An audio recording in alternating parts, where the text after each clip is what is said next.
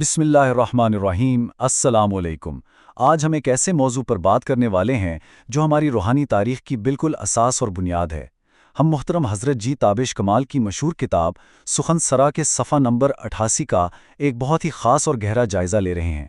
یہ کوئی عام سا مطالعہ نہیں ہے، بلکہ ایک ایسی کھوج ہے جو ہمیں ہماری ایک عظیم اور مقدس روحانی وراثت سے جوڑ دے گی۔ تو چلیں پورے ادب اور احترام کے ساتھ اس سفر کا آغاز کرتے ہیں۔ یہ ویڈیو سپرچول یونیورسٹی کے پلیٹ فارم سے پیش کی جا رہی ہے۔ اب اگر آپ کتاب کے صفحہ 88 پر غور کریں تو وہاں آغاز میں ہی ایک انتہائی دلچسپ اور بنیادی سوال اٹھایا گیا ہے۔ سوال یہ ہے کہ اصحاب صفہ کون تھے اور کیا تصوف کا ان اصحاب سے کوئی تعلق ہے؟ سوچنے کی بات ہے نا؟ آج ہماری پوری توجہ اور جستجو اسی ایک نقطے پر رہے گی۔ آئیے دیکھتے ہیں کہ مصنف نے اس کا کیا کمال کا جواب دیا ہے۔ مصنف جب اس کا جواب دیتے ہیں تو ان مبارک ہستیوں کا تعارف کچھ یوں کرواتے ہیں۔ کتاب کے اصل الفاظ سنیے۔ اصحاب صفہ صحابہ کرام کی وہ جماعت تھی جنہوں نے اپنے آپ کو مکمل طور پر حصول علم کے لیے وقف کر رکھا تھا۔ ذرا تصور کریں، ان کی زندگی کا واحد مقصد، ان کا اوڑھنا بچھونا، سب کچھ صرف اور صرف علم کا حصول تھا۔ کمال کی بات ہے نا؟ ان کی ایک اور خاص بات جو واقعی حیران کن ہے، وہ دنیاوی خواہشات سے بے رغبتی تھی۔ مصنف مزید لکھتے ہیں، اور ان کو علائق دنیا سے کوئی خاص غرض نہیں تھی۔ اسلامی تعلیمات کی جو سوغات بھی ان تک پہنچتی، اسے نہ صرف حرز جاں بنا لیتے بلکہ اس کی ترویج میں بھی مصروف عمل رہنے کی کوشش کرتے۔ یعنی یہ نہیں کہ بس خود سیکھ لیا، بلکہ اسے دل میں بسایا اور پوری فکر کے ساتھ دوسروں تک پہنچایا۔ یہ ہوتی ہے خالص اور سچی نیت۔ اب آپ کے ذہن میں یہ سوال آ رہا ہوگا کہ آخر ان کا ٹھکانہ کہاں تھا، وہ رہتے کہاں تھے؟ کتاب میں بہت واضح طور پر لکھا ہے کہ ان کا زیادہ تر وقت مسجد نبوی شریف میں قائم ایک چبوترے پر گزرتا۔ یہ حضرات مقدسہ خود کو ہمہ وقت ذکر الہی اور تحصیل علم میں مصروف رکھتے ہیں۔ یہ جو لفظ صفا ہے نا، یہ دراصل اسی ابھرے ہوئے چبوترے کا نام ہے۔ یہی وہ جگہ تھی جہاں یہ مبارک ہستیاں دن رات اللہ کے ذکر اور علم میں ڈوبی رہتی تھیں۔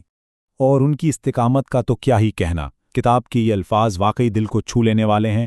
بھوک و معاش ان کے لیے ثانوی مسائل کی مانند تھے، اور یہ ان کو اپنے مقصد کے راستے میں رکاوٹ نہ بننے دیتے۔ مطلب دنیا کی کوئی بھی مشکل، چاہے پیٹ کی بھوک ہو یا روزگار کی فکر، انہیں ان کے اس عظیم الہی مقصد سے ایک انچ بھی ہٹا نہیں سکتی تھی۔ سچی بات ہے، یہ ہم سب کے لیے ایک بہت بڑا اور متاثر کن سبق ہے۔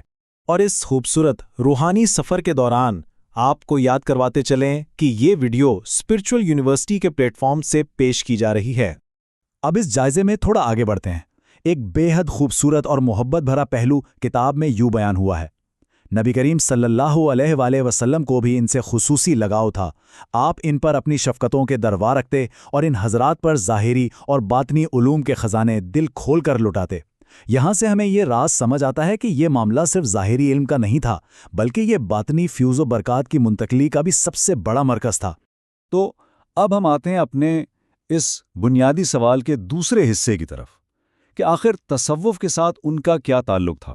مصنف کے یہ الفاظ سنیں، ساری بات خود ہی واضح ہو جائے گی۔ صفہ دراصل اسلام کی پہلی یونیورسٹی تھی، اور اصحاب صفہ اولین شاگردان تھے جن کا اوڑھنا بچھونا ہی صوفیہ کی سنت بن گیا۔ بالکل صاف ظاہر ہے کہ ان کا وہ پاکیزہ طرز زندگی اور علم و ذکر کی وہی انوکھی لگن دراصل وہ مضبوط بنیاد بنی جسے بعد میں صوفیہ نے اپنایا اور زندہ رکھا۔ یہ لوگ واقعی علمی اور روحانی اعتبار سے ہم پر بہت بڑا احسان کر گئے۔